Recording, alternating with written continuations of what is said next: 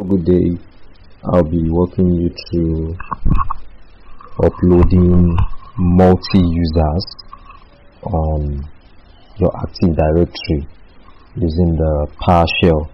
Okay, so first thing first, I already created my CSV file which contains about 3 hires in the sales team. So apparently you can also use this template to upload multi-users into different organizational units, but I already have some existing ones, so I don't want to. So I have the employee ID, the name, their department, phone number, their email address. So you can do this with automation using Excel. So you can see the organizational unit is sales under the user, then on the DC machine. Okay, so let's close this. So I have my PowerShell script here, so you will need to run the PowerShell as an admin, then you have the script. So the name of my file is saleshires.csv, and here's my script to upload the users into the Active Directory. So before we run the script, so I already created my sales. So as you can see here, there are no items here. So this is the user unit. We have engineering, marketing, technical, and sales. So for these engineering, you can see we have a list of users here, as well as for marketing and technical, but for sales there is no one here. Alright, so let's run the script to include those 3 guys into the sales team. So you can see import from sales hire. Let me just click on run script. Okay.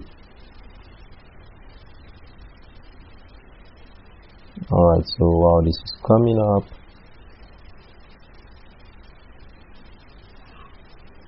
let's see. Alright, so we have the username, the password, first name, last name, email, the address, city, and all.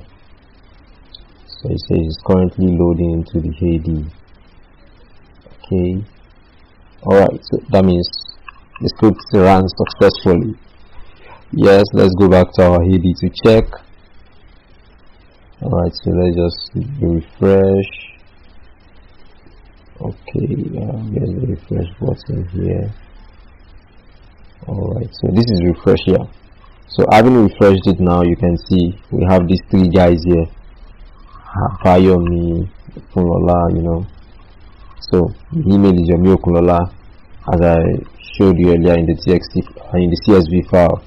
So you can see his logon details, his username is to change password at next logon. That was selected as true in the script. So let me show you. So for the password, I said change password at logon is true. Okay, so that's why that checkbox is highlighted.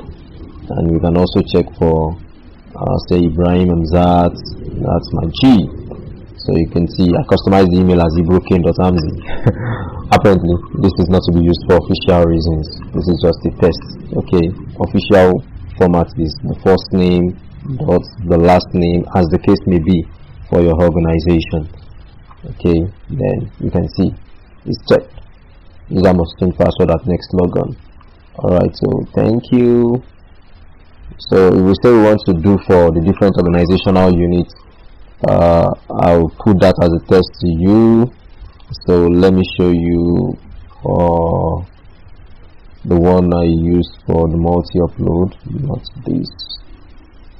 this one now. Okay, so you can see for the department here, I just wish I could highlight it. We have engineering, we have sales, we have technical, marketing, then engineering. Okay, so if we were to put them into their different organizational units, so coming here now, for the first guy is in engineering under user. You can see for the second one is in marketing, the third one is in technical. So I hope you can also go ahead and create something like this and pull it up on your AD.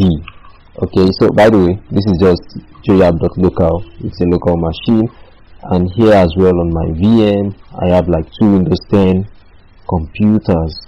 Okay, so they are here, so we can decide to just do a test run for one of these guys to see if it's working. So let me start the AB desktop 002. So you can see this one is 001002. They've been joined to the domain. So if you come on the computers here on the server, you're gonna see, you see desktop 001, desktop 002. Those are the 2 computers on my VM.